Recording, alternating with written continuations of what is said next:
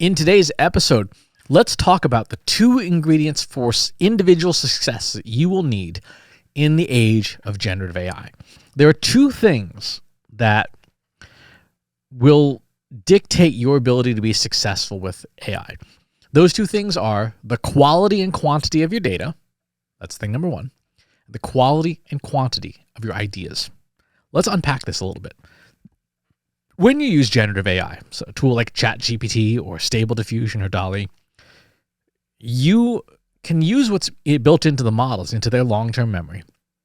Or you can do things like upload documents, upload content that is uniquely yours, that maybe isn't out in public, or even if it is, isn't really something the model focuses on.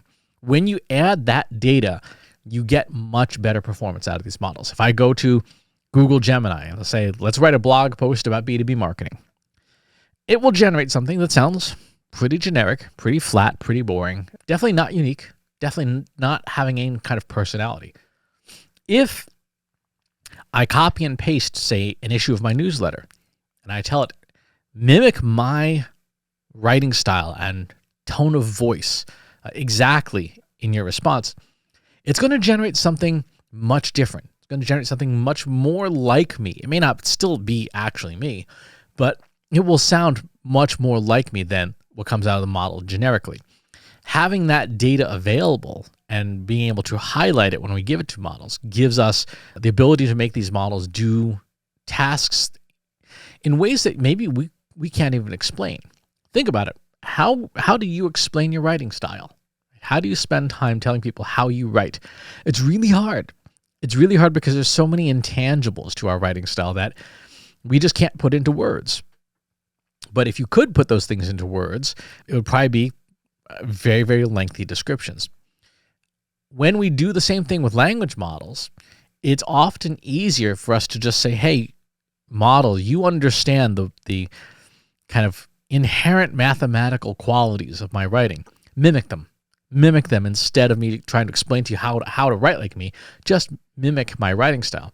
And they will do that. So that data that I provide will get a better result. Think about using a model to create some thought leadership content. If you just use what it knows generally, then you're no better off than anyone else who's using that model. But if you have existing content that is uniquely your point of view, maybe it's data from inside your company, maybe it's data from customers, things like that. If you safely upload that to a model, you will be able to generate better content on that topic than a competitor who doesn't have your data, because you're providing that data to them. So your data, the quality and quantity of it, is a deciding factor, is a differentiating factor in your success with AI. That's part 1. Part 2 is the quality and quantity of your ideas is a differentiating factor. Think about what generative models allow us to do today. We can write, we can create songs, create images, create video. I'm not a musician. I can't play any instruments. I can't sing. Well, I mean, I can sing, but you don't want to hear it. It's awful.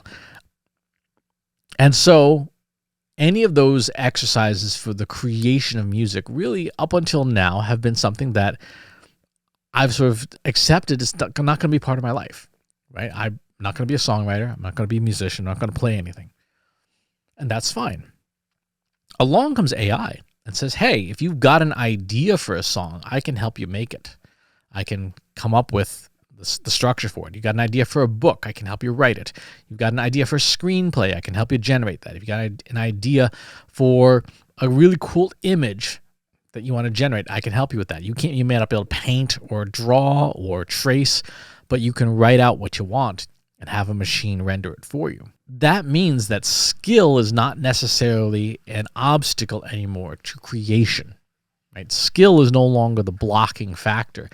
I may have an idea for a song, and if I can just articulate, the structure, the chord progression, maybe the lyrics or something like that, a machine can help me build the rest. Now, today, that capability is pretty limited, but it's advancing rapidly, and it will not be long before you can just type in a single prompt and have a machine generate decently good music, as long as you know what to ask it for. And so a differentiating factor in our world will be the quality and quantity of your ideas. Who's got the best ideas? Who's got the most best ideas? That's a critical question to answer.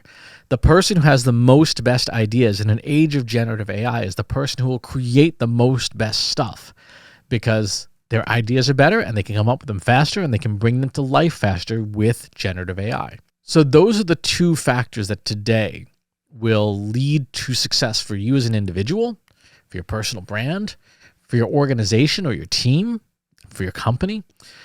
That will differentiate you from everyone else, because any monkey can go into chat GPT and say, write me a blog post about X, and it'll be uncreative and it won't be differentiating. But if you have that subject matter expertise, you have that data, you have a great idea that's non-obvious, the tool will let you bring it to life faster. You'll go to market much faster, but you'll go to market with your unique perspective on it.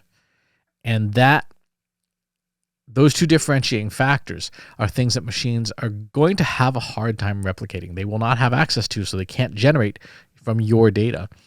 And they don't have your unique life experience that allows you to pick a very specific point of view in ideation. And again, it will be some time before machines can do either of those things capably well. So use those strategic advantages today to get the most out of generative AI and leave your competitors in the dust. That's going to do it for today's episode. Thanks for tuning in. Talk to you soon. If you enjoyed this video, please hit the like button. Subscribe to my channel if you haven't already. And if you want to know when new videos are available, hit the bell button to be notified as soon as new content is live.